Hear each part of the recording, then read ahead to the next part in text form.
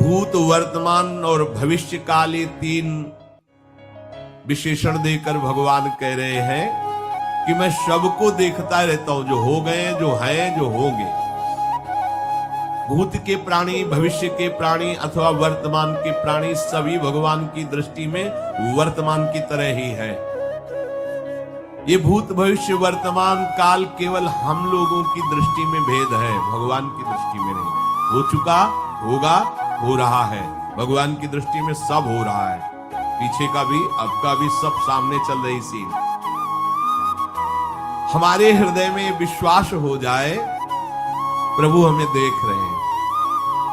अभी तो हमें ये नहीं पता कि हम भजन कर रहे हैं, भगवान पता नहीं जान रहे हैं कि नहीं जान रहे हैं। अभी भक्ति में रंग आ जाए अगर ये बात समझ में आ जाए कि प्रभु देख रहे हैं। देखो, जब हमारे गुरुजन बैठकर सुनते हैं और जब गाने को अवसर मिलता है तो ज्यादा उत्साह होता है कि बैठे सुन रहे हैं। ऐसे ही अगर हम मान ले कि हमारे प्रभु सुन रहे हैं, हम जो भजन कर रहे हैं हमारे प्रभु देख रहे हैं, जो सेवा कर रहे हैं भगवान हमारे स्वीकार करें, प्रियालाल स्वीकार कर, अभी भक्ति का रंग आ जाए, ये बात हमारे हृदय में बैठ जाए कि मैं हर समय प्रभु की दृष्टि में हूं, हर समय मैं अपने आराध्य देव की दृष्टि में हूं, कितना आनंद आएगा।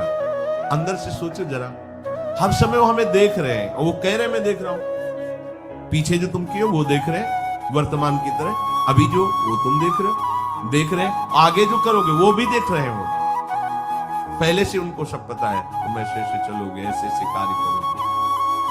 भगवान की दृष्टि में सब कुछ वर्तमान ही रहता है। संपूर्ण प्राणी काल के अंतर्गत है और प्रभु श्री हरि कालातीत है।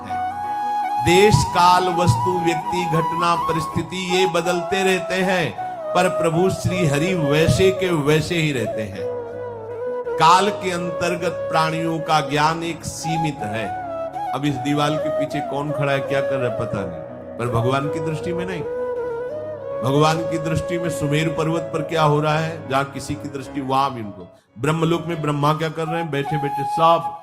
इसलिए कितने महान ईश्वर हैं। एक छोटी सी भी चींटी को दाना मिला कि नहीं, उनको चिंता है। देखो, आप छोटे से 2-4 लोगों का भार लेकर के चिंतित हो रहे हो, अनंत ब्रह्मांडों के अनंत जीवों का भरण पोषण प्रभु हमारे कर रहे हैं और निश्चिंत है। अचिंत शक्तियां भगवान की, तो आप भी तो उनके बच्चे हो ना। ये सब कहने का मतलब है आप भी तो उन्हीं के अंश हो ना। 2-4 की चिंता में इतने तुम बावरे हो रहे हो, डिप्रेशन में पहुंच रहे हो। 2-4 कामनाओं के पीछे इतने, अनंत ब्रह्मांड तुम्हारा जो अंशी है, अनंत ब्रह्मांडों के अनंत जीवों का अनंत काल से भरण पोषण करता चला रहा है। कहीं भी किसी के साथ कुछ भी गलत नहीं हो सकता। जैसे कहते हैं कि क्या गलत हुआ, देखो ना अभी तो बच्चा था, ऐसा ऐसा हो गया, तो तुम्हारी दृष्टि में बच्चा है, पीछे तो बहुत पुराना है ना, जो कर्म करके आया उसका फल। कहीं भी गलत किसी के साथ नहीं होता, ध्यान रखना। जहां कुछ होता है, अभी हमने देखा मनो कि ये तो बहुत गंदा है, तो सीधे जा रहा था, ये आदमियों ने मिलकर इसे पीटा, अभी सीधा चल रहा, पीछा टेढ़ा चल के आया है, और जिनको पीटा है वही आके इसे पीट रहे हैं। अब हम वर्तमान को तो देख रहे हैं ना, पीछे की बात तो देख नहीं रहे ना। और भगवान पीछे की देख रहे हैं कि इसने पीछे बहुत ऐसा गलत किया, उसका हिसाब इसको मिल रहा है, इसलिए चुपचाप देखते रहते हैं। ध्यान रखना, इतना भी गलत नहीं हो सकता इस सृष्टि में। वो कैसे गलत नहीं हो रहा, अभी तो नवयुवक था, उसने कुछ ऐसा किया ही नहीं, अभी तो नई अवस्था थी, अभी तुम्हें दिखाई दे रहा है 15 वर्ष का। लेकिन भगवान देख रहे हैं मेरा पुरातन अंश है, किस जन्म से क्या क्या करते चला रहा है। ये ज्ञान हो जाएगा तो किसी भी बात में आपको दुख नहीं पहुंचेगा, विक्षेप नहीं पहुंचेगा। नहीं, बड़े बड़े विक्षिप्त हो जाते हैं। एक गौतमी नाम की महान तपस्विनी थी, महाभारत में कथा आती है, उसका एक ही पुत्र था और उसको सांप ने काट लिया। तो वहां की कुल भील उठा के लाए और कहा, देवी मां, ये देखो सांप ने तुम्हारे बेटे को काट लिया। तो उनका इतनी सामर्थ्य सांप की कैसे हो गई कि मेरे बेटे को काट लिया और मेरे से भय नहीं माना। आकर्षण वृत्ति जीव ही की सांप सामने आ गया, तूने क्यों काटा, मैं तुम्हें भस्म कर दूंगी। तो आपने कहा पहले हमारी प्रार्थना सुनो। मेरे सर पर मृत्यु ने आकर के अपना शासन जमा लिया और कटवा दिया, मेरा कोई दोष नहीं। मृत्यु का आकर्षण किया, महान तपस्विनी। भगवान व्यास देव जी ने ये लीला कथा गाई। मृत्यु का आकर्षण किया, साक्षात मृत्यु सामने आ गई, थर थर कांपने लगी। गौतमी जी ने कहा मैं अपने तपस्या के बल से तुम्हें भस्म कर दूंगी। हमारे ऐसे निष्पाप बालक को तुमने सांप के द्वारा प्रेरित करके कटवाया। बोले मेरे ऊपर काल का शासन है, काल ने मुझे प्रेरित किया, मैंने सांप को प्रेरित किया, मेरा कोई दोष नहीं, ये काल का शासन।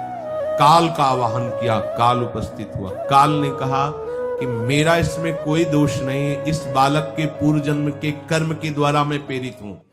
इस बालक के कर्म से प्रेरित होकर मैंने मृत्यु को प्रेरणा की, मृत्यु ने सांप को प्रेरणा की और इसने डस लिया।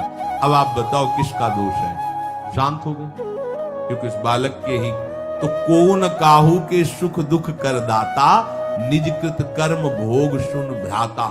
कोई किसी के सुख दुख का हेतु नहीं है, अपने कर्म ही है जो हमको दुख सुख देते हैं। और ये भगवान देख रहे हैं, कोई जैसे आपको अभी मनुष्य शरीर मिला, स्वतंत्रता है, अब आप जो पापाचरण चाहो छूट है कर सकते, या जो पुण्य कर्म चाहो कर सकते, या भजन करना चाहो कर सकते हो।